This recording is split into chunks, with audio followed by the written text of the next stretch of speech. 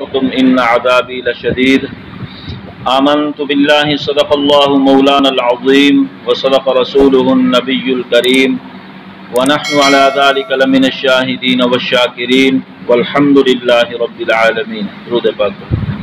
اللهم صل على محمد وعلى آل محمد كما صليت على إبراهيم وعلى آل إبراهيم إنك حميد مجيد. اللهم بارك على محمد وعلى آل محمد كما باركت على إبراهيم وعلى آل إبراهيم إنك حميد مجيد. اللهم صل على سيدنا محمد وعلى آل سيدنا محمد وبارك وسلم. اللهم صل على سيدنا محمد وعلى آل سيدنا محمد وبارك وسلم. اللهم صل على سيدنا محمد وعلى آل سيدنا محمد وبارك وسلم. خاتمہ بالایمان کے اسباب پر بات چل رہی تھی، یعنی اعمال پر. تو میں نے عرض کیا تھا کہ خاتمہ بالایمان کے 10 اعمال ہیں. 10 اعمال ایسے ہیں کہ اگر ہم ان پر عمل کر لیں تو ہمارا خاتمہ بالایمان ہو سکتا ہے،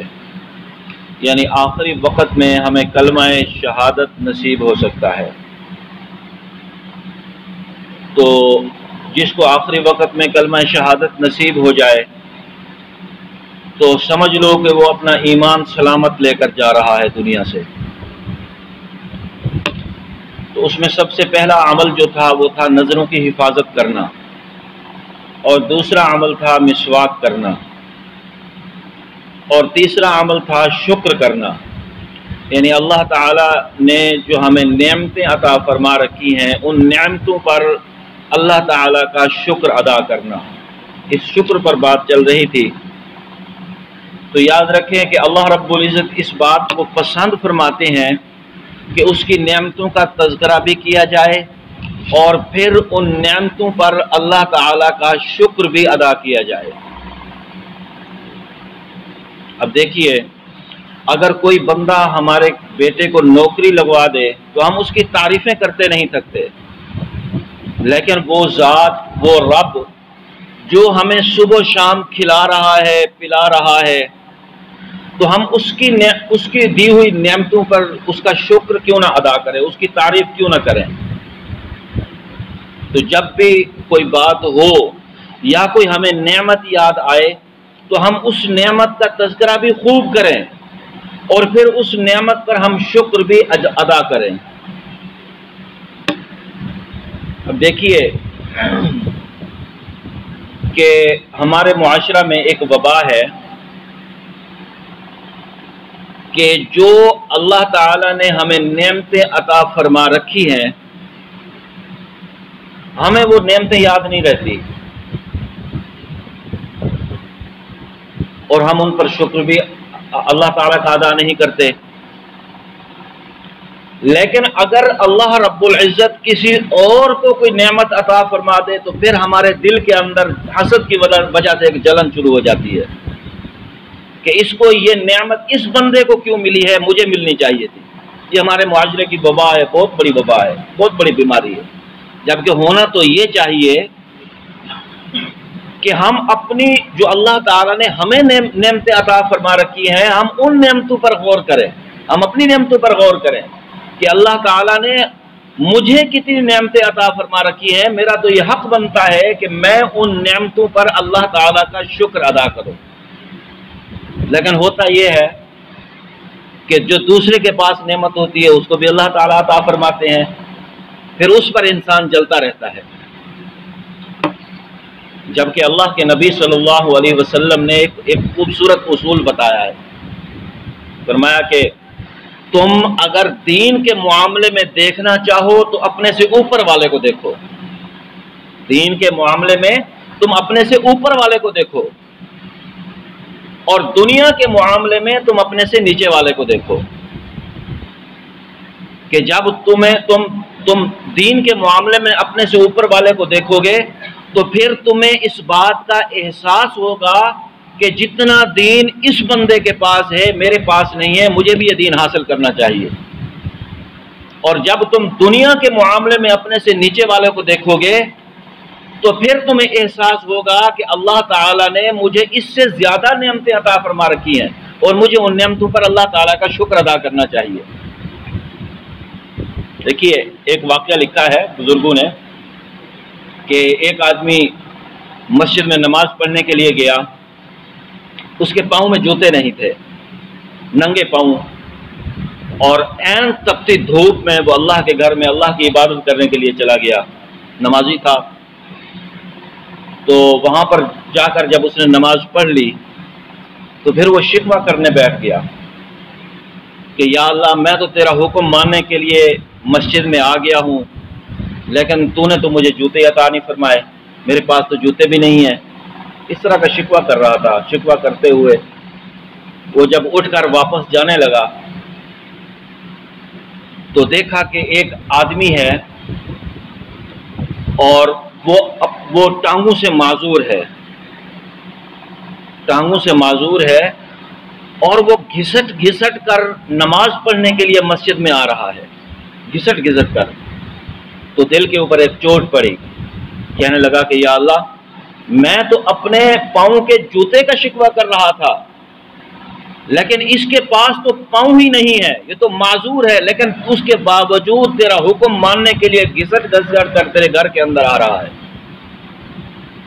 تو اس لیے اللہ کے نبی صلی اللہ علیہ وسلم نے فرمایا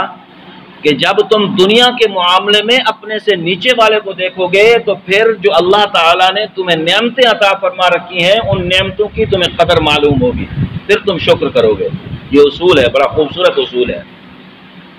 اور پھر یہ بھی حکم ہے کہ اگر کوئی مصیبت پہنچے تو اس مصیبت میں بھی اللہ تعالیٰ کا شکر ادا کرنا چاہیے، اس مصیبت میں بھی۔ لیکن اللہ معاف فرمائے، بجائے شکر کرنے کے ہماری تو زبان پر اللہ تعالیٰ کے شکوے ہوتے ہیں، شکوے، ہائے ہائے ہوتی ہے، دھاڑ دھاڑ ہوتی ہے۔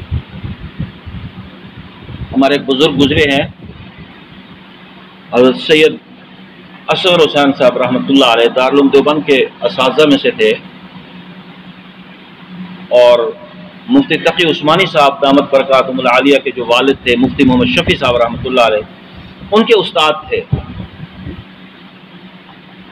اور انتہائی قابل انسان تھے۔ حضرت مولانا سید اصغر حسین صاحب رحمۃ اللہ علیہ سید تھے۔ تو حضرت مفتی شفیع صاحب رحمۃ اللہ علیہ فرماتے ہیں کہ ایک مرتبہ ہم نے سنا کہ حضرت کو کچھ بخار سا ہوا ہے، تو ہم ان کی عیادت کے لیے چلے گئے۔ جب وہاں پر ہم پہنچے تو ہم نے حضرت سے سلام دعا کی، اور پھر اس کے بعد ہم نے پوچھا کہ حضرت طبیعت کیسی ہے؟ تو حضرت فرمانے لگے کہ الحمدللہ میری آنکھیں بھی ٹھیک ہیں، الحمدللہ میرے کان بھی ٹھیک ہیں، الحمدللہ میرے ہاتھ بھی ٹھیک ہیں، الحمدللہ میرا پورا کا پورا وجود ٹھیک ہے، بس تھوڑا سا بخار ہے۔ یعنی جو چیزیں بالکل ٹھیک تھیں ان پر شکر ادا کر رہے تھے، اور وہ کہنے لگے بس تھوڑا سا بخار ہے اور اس میں بھی اللہ شفا عطا فرمائے گا۔ تو یہ ہوتا ہے شکر۔ اس طرح ہمیں شکر ادا کرنا چاہیے، مصیبت ہو تو اس مصیبت میں بھی ہمیں اللہ تعالیٰ کا شکر ادا کرنا چاہیے۔ ایک بزرگ فرماتے ہیں کہ میں صحرا میں گیا، صحرا میں جو ریت کا ریگستان ہوتا ہے علاقہ، ریگستانی علاقہ، تو وہاں پر کہتے ہیں کہ میں نے دیکھا کہ ایک جھونپڑی ہے، اور اس جھونپڑی کے اندر ایک بوڑھے میاں لیٹے ہوئے ہیں، اور ان بوڑھے میاں کی حالت یہ ہے کہ ان کے سارے جسم کے اوپر پھوڑے نکلے ہوئے تھے، پھنسیاں نکلی ہوئی تھی،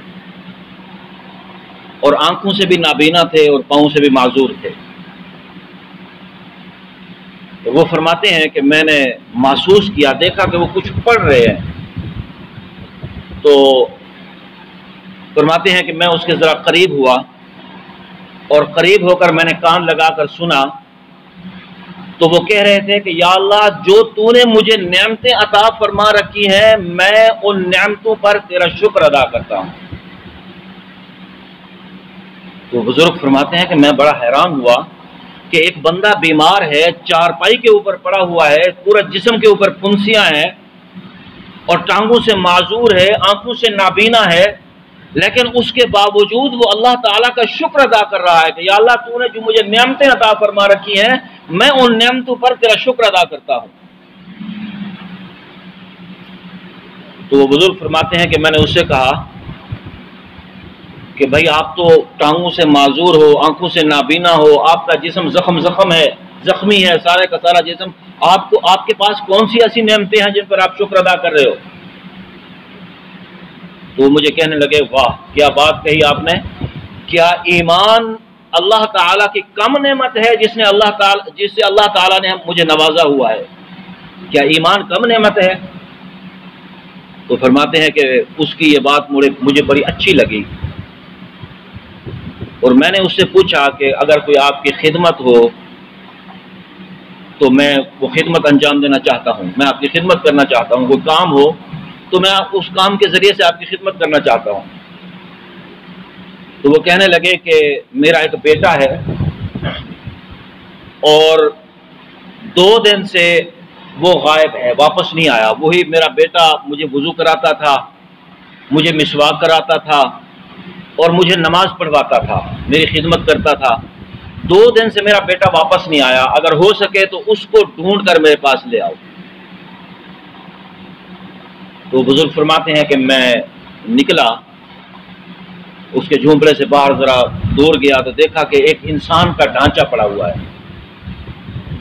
اور اس ڈھانچے کے اوپر گوشت نہیں ہے۔ تو کہتے ہیں کہ میں سمجھ گیا کہ شاید یہ اسی کے بیٹے کا اس کا ڈھانچہ ہے وجود کا، اور اس کو کسی جانور نے کھا لیا تھا، اس کے گوشت کو۔ تو مجھے بہت دکھ ہوا اور میں سوچنے لگا کہ میں یہ غم کی خبر اس بوڑھے کو کس طرح سناؤں۔ تو کہتے ہیں کہ میں جب اس کے پاس آیا اور اس کو میں نے کہا کہ میں آپ کے لیے ایک غم کی خبر لایا ہوں، غم کی خبر۔ تو وہ کہنے لگا کہ کون سی ایسی خبر لائے ہو جو غم کی ہے، مجھے سناؤ۔ تو میں نے اس کو کہا کہ آپ کے بیٹے کو کسی جانور نے، کسی درندے نے کھا لیا ہے۔ جب اس نے یہ بات سنی تو بالکل نہیں رویا اور نہ بالکل گھبرایا، وہ بالکل نہیں رویا، بلکہ وہ کہنے لگا کہ یا اللہ میں تیرا اس پر بھی شکر ادا کرتا ہوں کہ تو نے مجھے ایسا بیٹا عطا فرمایا تھا کہ جو رات کو تہجد پڑھتا تھا اور دن کو روزہ رکھتا تھا اور میری خدمت کرتا تھا، اور یا اللہ میں اس بات پر راضی ہوں کہ میرے بیٹے کو ایمان کی حالت میں موت آئی ہے اور میں اس بات پر تیرا شکر ادا کرتا ہوں۔ تو اس طرح ہمیں اللہ تعالیٰ کا شکر ادا کرنا چاہیے، اس طرح ہمیں اللہ تعالیٰ کا شکر، اور یہی اسی لیے فرمایا ہے کہ مصیبت میں بھی ہمیں اللہ تعالیٰ کا شکر ادا کرنا چاہیے۔ اور اس شکر کا ایک پہلو اور بھی ہے، وہ ہے اللہ تعالیٰ کی مخلوق کا شکر ادا کرنا، اللہ تعالیٰ کی مخلوق کا شکر ادا کرنا۔ ایک ہوتا ہے اللہ تعالیٰ کا شکر ادا کرنا، ایک ہوتا ہے اللہ تعالیٰ کی مخلوق کا شکر ادا کرنا۔ اور اسی کے بارے میں اللہ کے نبی صلی اللہ علیہ وسلم فرماتے ہیں کہ من لم یشکر الناس لم یشکر اللہ، کہ جو اللہ تعالیٰ کی مخلوق کا یعنی اللہ کے بندوں کا شکر ادا نہیں کرتا، وہ اللہ تعالیٰ کا بھی شکر ادا نہیں کرتا۔ اب اس بات کو ایک مثال سے سمجھیں کہ اللہ رب العزت نے اس دنیا کے اندر ترتیب ایسی بنائی ہے کہ معاشرتی زندگی میں ایک انسان کو دوسرے انسان کی ضرورت پڑتی رہتی ہے۔ مثلا کہ ایک آدمی نے مکان بنوانا ہے، اب وہ سارے کا سارا مکان خود تو نہیں بنا سکتا، بلکہ اس کو نقشے کے لیے بھی انسانوں کی ضرورت ہے، پھر اس کو مستری لانے پڑیں گے، پھر اس کو مزدور لانے پڑیں گے، پھر کوئی اس میں لکڑی کا کام کرے گا، کوئی اس میں پتھر کا کام کرے گا، کوئی اس میں بجلی کا کام کرے گا۔ اب ایک مکان بنانے کے لیے انسان کو کتنے آدمیوں کی ضرورت پڑتی رہتی ہے؟ تو اس لیے اللہ کے نبی صلی اللہ علیہ وسلم نے یہ اصول بتلایا ہے کہ جب مزدور کو مالک کی ضرورت ہے اور مالک کو مزدور کی ضرورت ہے، اور مزدور یہ سوچے کہ اس مالک کی وجہ سے اسباب کے درجے میں مجھے رزق مل رہا ہے، اور مالک یہ سوچے کہ یہ آدمی میری جو ضرورت ہے مکان کی اس کو پورا کرنے کے لیے میرے پاس مزدوری کر رہا ہے،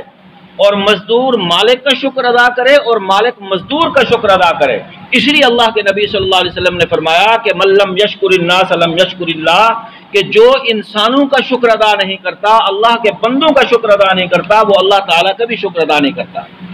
اور ہمارے ذہن میں تو یہ بات ہوتی ہے کہ ہم کیوں شکر ادا کریں، ہم تو اس کو پیسے دے رہے ہیں، ہم تو اس کو پیسے دے رہے ہیں۔ اور مزدور بھی یہی سوچتا ہے کہ میں تو اپنی جان کھپا رہا ہوں، میں اس کا شکر ادا کیوں کروں؟ جبکہ اللہ کے نبی صلی اللہ علیہ وسلم یہ اصول بتلا رہے ہیں کہ مزدور کو مالک کی وجہ سے مزدوری مل رہی ہے، اس کے گھر کا چولہا چل رہا ہے، اور جو مالک ہے اس کی ضرورت پوری ہو رہی ہے، اس کا مکان بن رہا ہے یا کوئی بھی چیز ہو وہ اس کی تعمیر ہو رہی ہے، تو دونوں کو ایک دوسرے کا شکریہ ادا کرنا چاہیے۔ اور اگر ہم غور کریں تو یہ نظر آتا ہے کہ آج کے اس دور میں جتنی اللہ تعالیٰ کی نعمتیں عام ہیں اس سے پہلے کبھی نہیں تھی۔ جتنی نعمتوں کی انتہا آج ہے آج کے دور میں، اس سے پہلے کبھی نہیں تھی۔ یعنی جتنے مشروبات پینے والے آج ہیں اس سے پہلے کبھی نہیں تھے، جتنے مختلف قسم کے پھل آج ہیں اس سے پہلے کبھی نہیں تھے، اور جتنے کھانے کی ترکیبیں آج کے دور میں چل رہی ہیں اس سے پہلے کبھی نہیں تھی۔ سادہ کھانے ہوا کرتے تھے، لیکن اس کے باوجود جتنے اللہ تعالیٰ کے شکوے اور ناشکری آج ہے اس سے پہلے کبھی نہیں تھی۔ نعمتوں کی انتہا بھی عام ہے، لیکن اللہ تعالیٰ کی ناشکری بھی عام ہے۔ بہت زیادہ کثرت سے ہم اللہ تعالیٰ کی ناشکری ادا کر رہے ہیں، اور اس لیے اللہ رب العزت قرآن پاک میں فرماتے ہیں کہ ثم لتسألن یومئذ عن النعیم، کہ جو اللہ تعالیٰ نے تمہیں نعمتیں عطا فرما رکھی ہیں، ان نعمتوں کے بارے میں تم سے کل قیامت کے دن سوال کیا جائے گا۔ ان نعمتوں کے بارے میں تم سے سوال کیا جائے گا۔ اگر تم ان سوالات سے بچنا چاہتے ہو تو فرمایا پھر تم اللہ تعالیٰ کا شکر ادا کرو، پھر ان نعمتوں پر تم اللہ تعالیٰ کا شکر ادا کرو۔ ایک حدیث پاک میں آتا ہے، حضرت عبداللہ بن مسعود رضی اللہ تعالیٰ عنہ فرماتے ہیں کہ ایک دن اللہ کے نبی صلی اللہ علیہ وسلم گھر سے باہر آئے تو دیکھا کہ سیدنا ابوبکر صدیق رضی اللہ تعالیٰ عنہ اور سیدنا عمر فاروق رضی اللہ تعالیٰ عنہ دونوں گھر سے باہر موجود ہیں۔ تو آپ صلی اللہ علیہ وسلم نے دونوں سے پوچھا کہ بھئی تم یہاں پر کیوں کھڑے ہو، کیوں بیٹھے ہو؟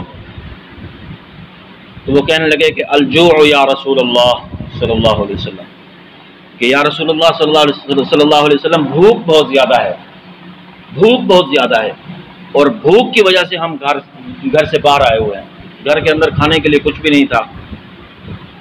تو آپ صلی اللہ علیہ وسلم نے فرمایا کہ والذی نفسی بیدہ، کہ قسم ہے اس ذات کی جس کے قبضہ قدرت میں میری جان ہے، لأخرجنی الذی، کہ مجھے بھی اسی بھوک نے ہی گھر سے نکالا ہے، اخرجکما، کہ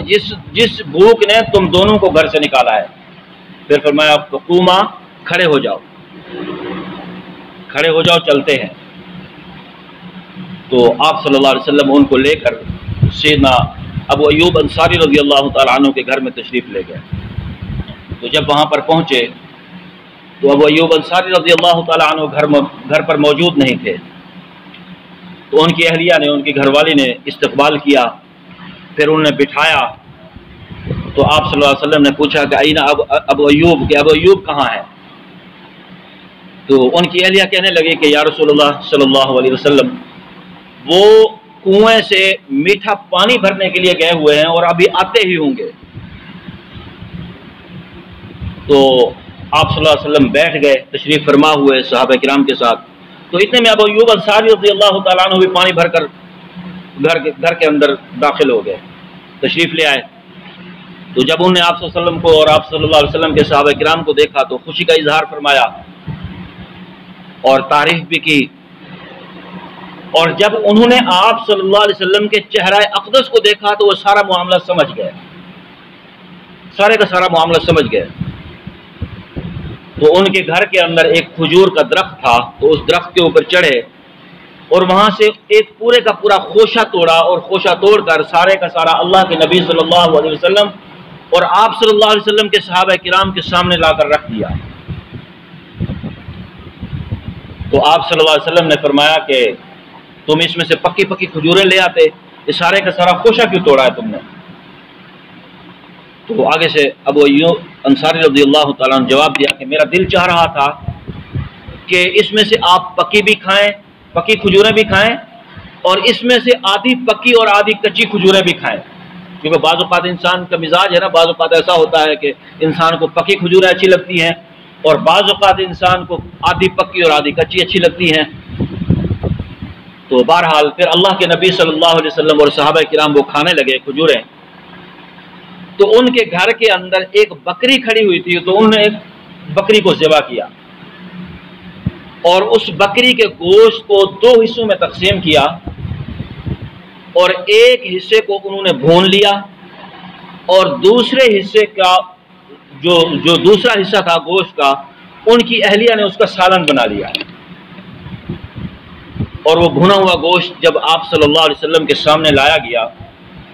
تو آپ صلی اللہ علیہ وسلم نے اس کے ایک گوشت کا ایک ٹکڑا اٹھایا اور اس کو ایک کپڑے میں لپیٹا، اور ابو ایوب سے کہا کہ جاؤ میری بیٹی فاطمہ کو دے کر آؤ، کیونکہ کئی دن ہو گئے ہیں اس کو بھی کھانا نہیں ملا، وہ بھی بھوکی ہے۔ بلکہ یہاں پر ایک اور روایت مجھے یاد آ رہی ہے کہ ایک مرتبہ ایسا بھی ہوا کہ حضرت سیدہ فاطمہ رضی اللہ تعالی عنہ نے ایک روٹی پکائی، کئی دنوں کے بعد ایک روٹی پکائی، اور جب اس روٹی کا پہلا لقمہ توڑ کر منہ میں ڈالا تو یاد آیا کہ اللہ کے نبی صلی اللہ علیہ وسلم، میرے ابا جان بھی تو بھوکے ہیں کئی دنوں سے، ان کو بھی کھانا نہیں ملا، تو انہوں نے اس روٹی کو 2 حصوں میں تقسیم کیا اور آدھی خود کھائی اور آدھی کو کپڑے میں لپیٹ کر اللہ کے نبی صلی اللہ علیہ وسلم کی خدمت اقدس میں لے گئی۔ جب آپ صلی اللہ علیہ وسلم نے بسم اللہ پڑھ کر اس میں سے ایک لقمہ توڑا، منہ میں ڈالا اور فرمایا کہ فاطمہ اللہ کی قسم ہے کہ 3 دن ہو گئے ہیں تیرے باپ کے پیٹ میں روٹی کا ایک لقمہ بھی نہیں گیا۔ عائشہ رضی اللہ تعالی عنہ فرماتی ہیں کہ ہم پر، یعنی آپ صلی اللہ علیہ وسلم نبوت کی جو آپ صلی اللہ علیہ وسلم کی زندگی تھی، کبھی آپ صلی اللہ علیہ وسلم نے 3 دن پیٹ بھر کر کھانا نہیں کھایا۔ ایک دن کھانا کھایا تو 2 دن فاقہ، 2 دن کھانا کھایا تو 1 دن فاقہ، کبھی 3 دن مسلسل فاقہ۔ تو بہرحال ابو ایوب انصاری رضی اللہ تعالی عنہ وہ گوشت کا ٹکڑا لے کر سیدہ فاطمہ رضی اللہ تعالی عنہ کے پاس گئے، وہاں جا کر ان کو دیا، پھر واپس آ گئے۔ جب واپس آئے تو آپ صلی اللہ علیہ وسلم اور آپ صلی اللہ علیہ وسلم کے صحابہ کرام کھانا کھا کر فارغ ہو چکے تھے، اور جب کھانا کھا کر فارغ ہوئے تو آپ صلی اللہ علیہ وسلم نے فرمایا کہ ان ھذا لہو النعیم الذی تسألون عنہ ثم لتسألن یومئذ عن النعیم، فرمایا کہ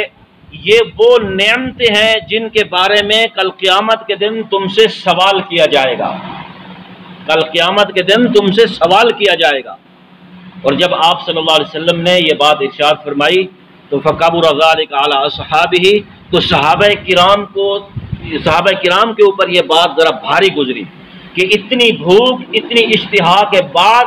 ہمیں کھانا ملا ہے، اور اس پر بھی اللہ کے نبی صلی اللہ علیہ وسلم فرما رہے ہیں کہ کل قیامت کے دن تم سے اس کے بارے میں پوچھا جائے گا۔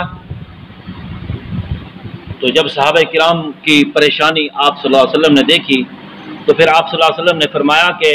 جب کبھی تمہیں کھانے کا موقع ملے تو فقولوا بسم اللہ، تو تم بسم اللہ کہہ کر کھانا کھاؤ، اور جب تم کھانا کھا لو تو اس کے بعد تم کہو کہ الحمدللہ الذی اطعمنا وسقانا وجعلنا مسلمین، یا فرمایا کہ اس طرح کہو کہ الحمدللہ الذی واشبعنا وانعم علینا وافضل، فرمایا کہ فإن ھذا کفاف لھذا، کہ جب تم کھانے کے بعد، کھانے سے پہلے بسم اللہ پڑھو گے اور کھانے کے بعد پھر کھانے کی دعا پڑھو گے تو یہ دعا اس نعمت کا شکرانہ ہو جائے گی، پھر کل قیامت کے دن تم سے سوال نہیں کیا جائے گا۔ ہاں اگر تم نے کھانے سے پہلے، نعمت سے پہلے بسم اللہ نہ پڑھی اور اس کھانے کے بعد پھر تم نے اللہ تعالیٰ کا شکر ادا نہ کیا تو پھر اس نعمت کے بارے میں تم سے کل قیامت کے دن پوچھا جائے گا۔ اور پھر یہ بھی ایک اصول ہے کہ جب بندہ شکر ادا کرتا ہے، جب بندے کو اللہ تعالیٰ کو نعمت عطا فرماتے ہیں، نعمت، اس نعمت پر جب تک بندہ شکر ادا کرتا رہتا ہے تو وہ نعمت انسان کے پاس رہتی ہے، اور جب بندہ شکر ادا نہیں کرتا تو پھر وہ نعمت چھین لی جاتی ہے۔ یہ ایک اصول ہے، اپنے ذہن میں رکھیں کہ جب بندہ نعمتوں پر اللہ تعالیٰ کا شکر ادا کرتا رہتا ہے تو وہ نعمتیں انسان کے پاس رہتی ہیں، اور جب بندہ شکر ادا نہیں کرتا، ناشکری کرتا ہے، تو پھر اللہ تعالیٰ ان نعمتوں کو چھین لیتے ہیں۔ دیکھیے، قوم سبا ایک ایسی قوم گزری ہے کہ اللہ تعالیٰ نے ان کو زراعت عطا فرمائی تھی، زراعت بہت وسیع پیمانے پر ان کو زراعت عطا فرمائی تھی، اور ان کو باغات بھی عطا فرمائے تھے، اور اتنے بڑے بڑے ان کے باغات تھے کہ مفسرین کرام نے لکھا ہے کہ اگر کوئی انسان سر کے اوپر ٹوکری رکھ کر ان باغات میں سے گزرتا تو اس انسان کو پھل توڑنے نہیں پڑتے تھے۔ اتنے بڑے بڑے باغات تھے اور اتنے گھنے باغات تھے کہ وہ پکے ہوئے پھل خود بخود گرتے رہتے تھے، اور تھوڑی ہی دیر میں اس انسان کی وہ ٹوکری بھر جاتی تھی پکے ہوئے پھلوں سے، اس کو توڑنے کی ضرورت پیش نہیں آتی تھی، اتنے بڑے بڑے باغات تھے۔ اور فرمایا کہ جنتان عن یمین و شمال، کہ جن راستوں پر وہ چلتے تھے ان راستوں کے دائیں بھی باغ ہوتے تھے اور بائیں بھی باغ ہوتے تھے۔ اتنے بڑے بڑے باغات اللہ تعالیٰ نے ان کو عطا فرمائے تھے، اور پھر اللہ تعالیٰ نے ان کو حکم دیا کہ کلوا من رزق ربکم واشکروا لہ، کہ یہ تمہارے رب کا رزق ہے، تم کھاؤ بھی صحیح، لیکن ایک بات یاد رکھنا کہ ان نعمتوں پر، اس رزق پر تم نے شکر بھی ادا کرنا ہے۔ اور بجائے شکر ادا کرنے کے قوم سبا نے اللہ تعالیٰ کی ناشکریاں شروع کر دی، اور پھر ایسا ہوا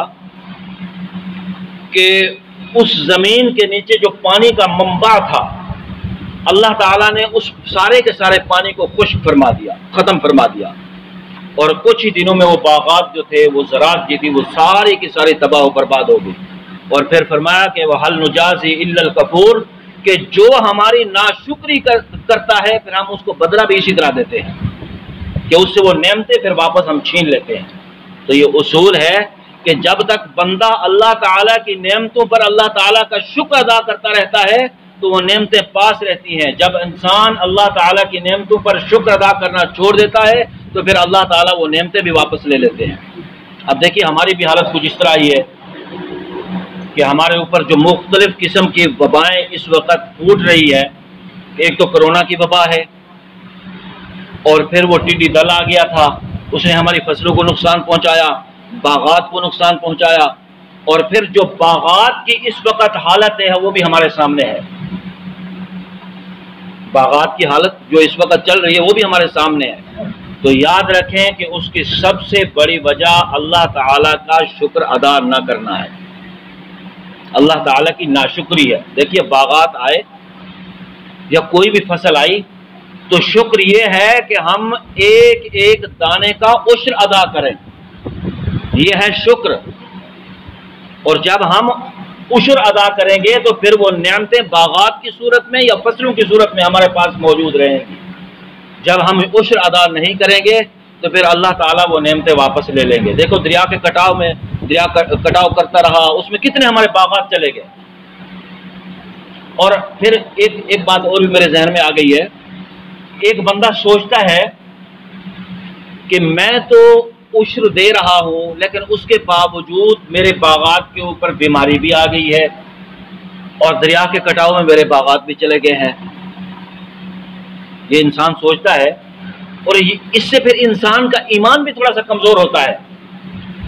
لیکن اللہ اور اس کے رسول کا جو حکم ہے وہ یہ ہے کہ جو نیک عمل تم کر رہے ہو کیا دوسرے کو بھی اس کی دعوت دے رہے ہو یا نہیں دے رہے؟ جو عمل تم کر رہے ہو، عشر ادا کر رہے ہو، تو کیا اس عشر کی دوسرے مسلمان کو بھی دعوت دے رہے ہو یا نہیں دے رہے کہ بھائی تو بھی اس عبادت پہ عمل کر اور عشر ادا کر؟ یہ بھی اصول ہے کہ اگر ہم جو عمل کر رہے ہیں مثلا عشر دے رہے ہیں تو اس کے ساتھ ساتھ ہم دوسرے کو دعوت بھی دے رہے ہیں، پھر تو وہ نعمت پاس رہے گی، ورنہ اصول ہے کہ اگر ہم دعوت نہیں دے رہے تو پھر بھی وہ نعمت واپس چلی جائے گی۔ تو بہرحال تو یہ تیسرا عمل ہے خاتمہ بالایمان کا، وہ ہے اللہ تعالیٰ کی دی ہوئی نعمتوں پر اللہ تعالیٰ کا شکر ادا کرنا، کہ اگر ہم اللہ تعالیٰ کی دی ہوئی نعمتوں پر اللہ تعالیٰ کا شکر ادا کریں گے تو مرتے وقت ہمیں کلمہ طیبہ نصیب ہو جائے گا انشاءاللہ۔ دعا ہے کہ اللہ تعالیٰ ان باتوں پر عمل کرنے کی توفیق عطا فرمائے۔ وآخر دعوانا ان الحمدللہ رب العالمین۔ Subscribe to our channel by clicking the subscribe button. Click the bell button and enjoy the latest uploads from our channel.